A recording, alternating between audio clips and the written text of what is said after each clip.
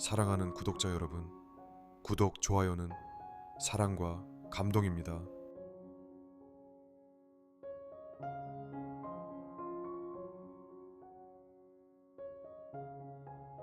제목: 오래된 리어카와 푸드코트의 기적. 작은 친절이 지나면 누군가의 인생이 움직인다. 2019년 늦가을 캐나다 밴쿠버 다운타운. 하늘엔 흐린 먹구름이 깔려 있었고 비는 이따금 부슬부슬 내렸다. 도심 속 복잡한 거리, 수많은 차들과 분주한 걸음들 사이에서 유독 눈에 띄는 사람이 있었다. 그는 낡은 리어카 하나를 끌고 다니며 빈 병과 캔을 주워 모으는 필립이라는 중년 남성이었다. 턱수염이 듬성듬성 자라 있었고 낡은 재킷 소매는 달아 있었다. 그는 특별한 말을 잘 하지 않았다. 다만 모든 일을 향해 조용히 고개를 숙이며 좋은 하루 되세요 라는 말을 빠뜨리지 않았다. 그날도 필립은 밴쿠버 퍼시픽 센터몰 지하 푸드코트 근처를 돌고 있었다. 누군가가 남긴 음료컵에서 캔을 분리하고 쓰레기통 옆에서 조심스럽게 비닐봉지를 열었다. 하지만 그 장면을 불편하게 여긴 사람들이 있었고 몇몇은 보안 직원에게 불만을 말했다.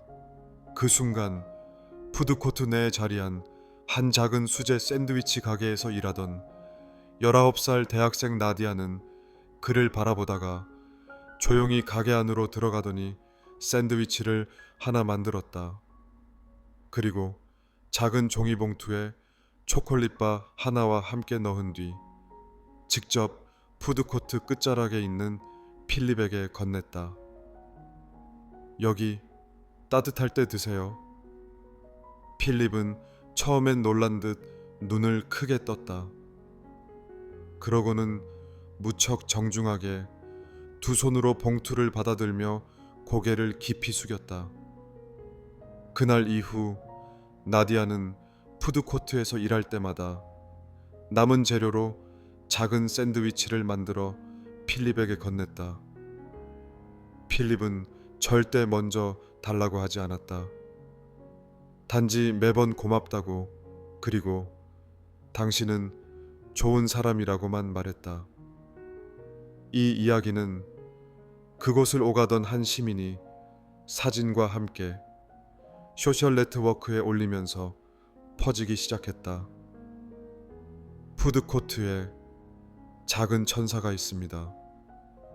그녀는 아무런 홍보도 없이 매일 한 사람의 하루를 따뜻하게 데워줍니다. 그리고 곧 밴쿠버 지역 언론들이 주목하게 되었다. 나디아는 이후 인터뷰에서 이렇게 말했다. 사람들은 집 없는 사람이라고 해서 쉽게 판단하지만 그분은 항상 가장 예의 바른 손님이었어요.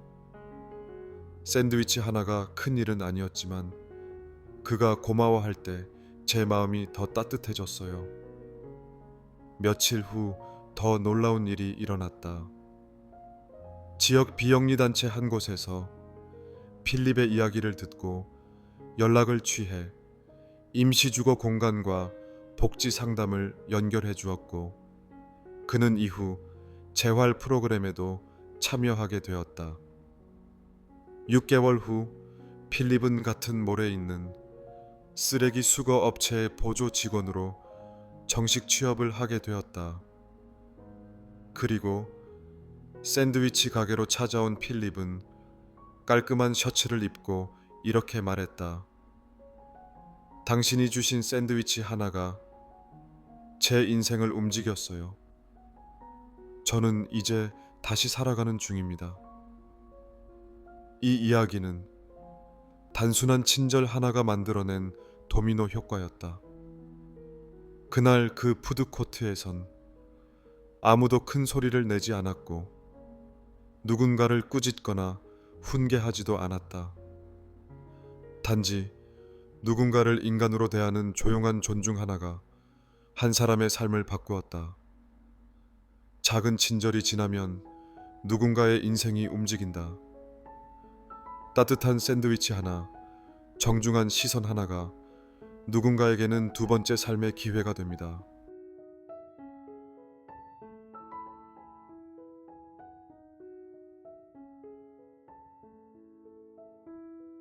제목: 토론토 지하철의 수화 인사. 작은 배려 하나가 누군가의 세상을 환하게 밝힌다. 아침 8시.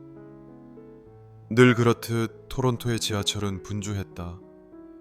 출근길 사람들로 빽빽한 승강장, 커피 한 손에 핸드폰을 내려다보는 사람들, 그리고 그 가운데 유독 조용히 서 있는 한 소녀가 있었다.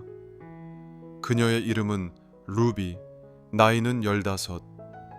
청각장애가 있는 루비는 늘 조용히 세상을 보고 느끼고 걷는다. 음악 대신 사람들의 표정을 보고, 소리 대신 손끝의 진동과 시선의 흐름에 귀를 기울인다. 그리고 매일 아침 같은 시각, 같은 칸의 지하철을 타고 학교로 향한다. 그날도 마찬가지였다. 루비는 지하철에 올라 늘 보던 자리에 앉았다. 그런데 이번엔 뭔가 달랐다. 문이 열리자마자 운전실에서 운전기사가 몸을 돌리더니 그녀를 향해 손짓으로 좋은 아침이에요 이라고 수화로 인사한 것이다. 루비는 순간 깜짝 놀랐다. 자신을 알아봤다는 것에 놀랐고, 그보다 더 놀라운 건 기사 아저씨가 수화를 썼다는 것이었다. 그녀는 수줍게 웃으며 수화로 좋은 아침이에요 이라 답했다. 이 짧은 인사 하나가 그녀의 하루를 완전히 바꿔놓았다. 며칠 뒤 그녀의 엄마는 이 이야기를 자신의 페이스북에 사진과 함께 올렸다.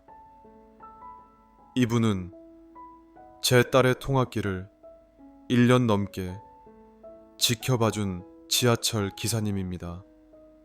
딸아이는 말을 하지 않지만 오늘 처음으로 지하철에서 말을 걸어주셨다고 집에 와서 울며 이야기했어요. 그 인사는 수화였습니다. 이 게시물은 곧 수천 건의 좋아요와 공유를 받았다. 누군가는 이런 게 진짜 포용이라고 적었고, 또 다른 이는 당신 덕분에 오늘 하루가 더 따뜻해졌습니다 라고 댓글을 달았다. 그리고 마침내 기사님의 정체가 밝혀졌다. 그는 토론토 교통국 소속 20년 차 기관사 김앤드류 씨였다. 그는 인터뷰에서 이렇게 말했다. 루비는 말은 하지 않았지만 매일 아침 가장 정중하게 인사하는 아이였습니다. 나도 언젠가 그 아이의 언어로 인사하고 싶었죠. 그래서 유튜브에서 수화 몇 개를 익혔어요. 그냥 그 아이도 이 지하철의 손님이니까요. 그 말은 토론토 전역에 울림을 주었다.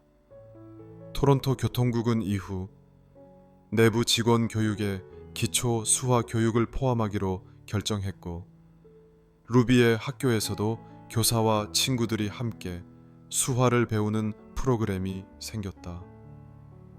며칠 후 루비는 학교 프로젝트로 나를 미소 짓게 한 순간을 발표하며 그날 아침에 짧은 수화 인사를 그림과 함께 소개했다. 그녀는 끝에 이렇게 썼다. 사람들이 손을 내밀 때 말보다 따뜻한 소리가 날 수 있어요.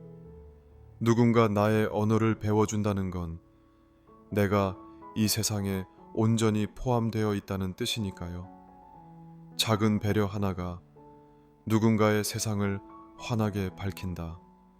우리 각자의 작은 손짓 하나가 누군가에겐 큰 다리가 될 수 있습니다.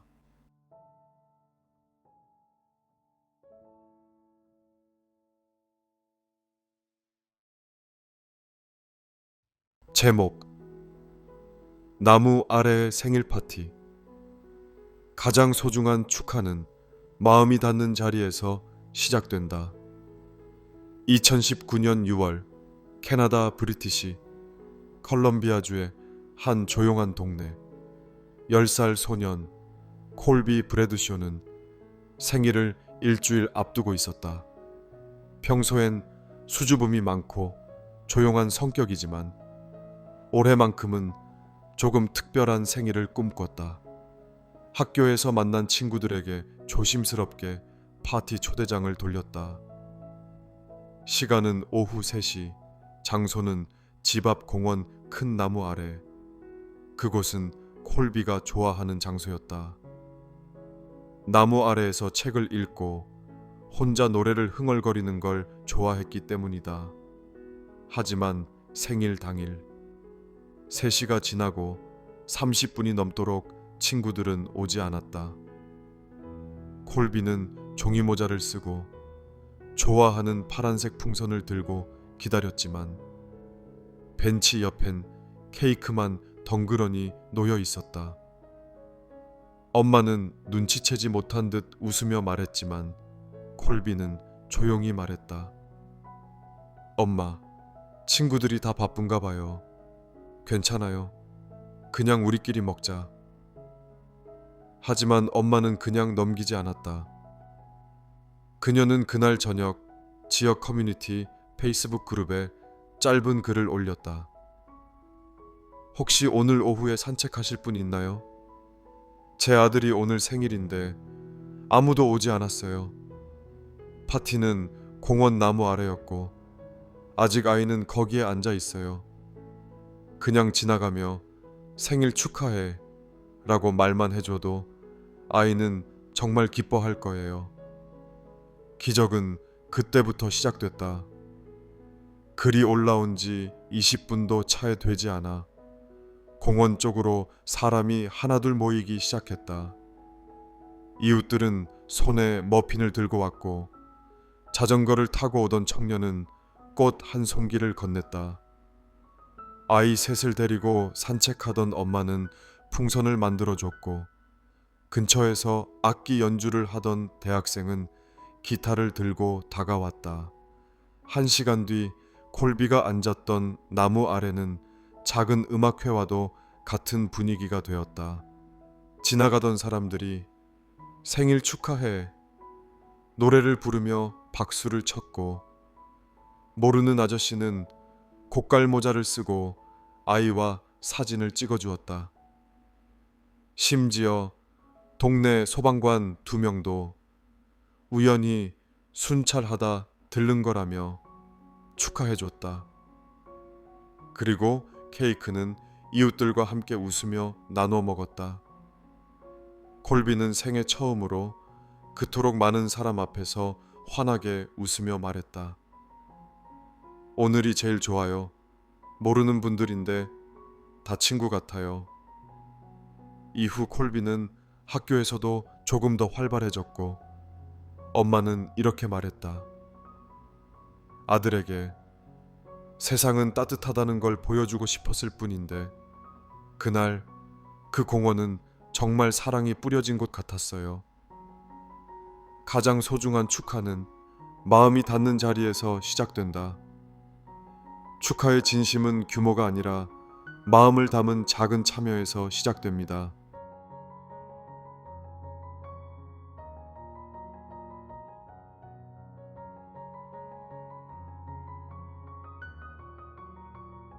제목: 눈보라 속의 피아노 연주. 따뜻한 마음은 가장 추운 날에도 음악처럼 퍼져나간다. 2019년 2월 캐나다 토론토. 유난히 매서운 눈보라가 몰아치던 아침이었다. 기온은 영하 25도까지 떨어졌고 시청은 긴급히 노숙자 보호센터를 확장 운영하기 시작했다. 거리엔 사람보다 바람과 눈이 더 많았고 도심의 광장에 있던 피아노 하나는 꽁꽁 얼어붙은 채 그저 조각상처럼 서 있었다. 그 피아노는 스트리트 피아노 프로젝트의 일부였다. 시민 누구나 연주할 수 있도록 광장 한가운데에 설치된 낡은 업라이트 피아노였다. 평소엔 아이들과 예술가들이 오가며 소리를 냈지만 그날은 너무 추웠고 광장은 텅 비어 있었다. 아니, 한 사람을 빼고는 도시 사람들에게 레이먼드로 알려진 60대 노숙인 한 명이 그 피아노 앞에 앉았다. 누더기 점퍼, 헤어진 장갑, 구멍난 운동화. 손가락은 꽁꽁 얼어 있었고 숨을 쉴 때마다 입김이 하얗게 흘러나왔다. 하지만 그는 망설임 없이 피아노 뚜껑을 열었다. 그리고 믿을 수 없는 일이 일어났다. 그의 손에서 흘러나온 건 쇼팽의 녹턴이었다. 놀랍도록 정제되고 섬세한 선율. 찬바람 속에서 피아노의 낮고 깊은 울림이 토론토 광장을 울리기 시작했다. 몇몇 지나가던 사람들이 멈췄고 누군가는 핸드폰을 꺼내 영상을 찍기 시작했다. 그 영상은 바로 그날 밤 지역 방송국 뉴스에 등장했고 다음 날 소셜 네트워크를 통해 눈보라 속의 쇼팽이라는 제목으로 수십만 건의 공유를 기록했다. 사람들은 궁금해졌다. 누구지? 도대체 저런 음악을 노숙자가? 그는 레이먼드 토머스였다.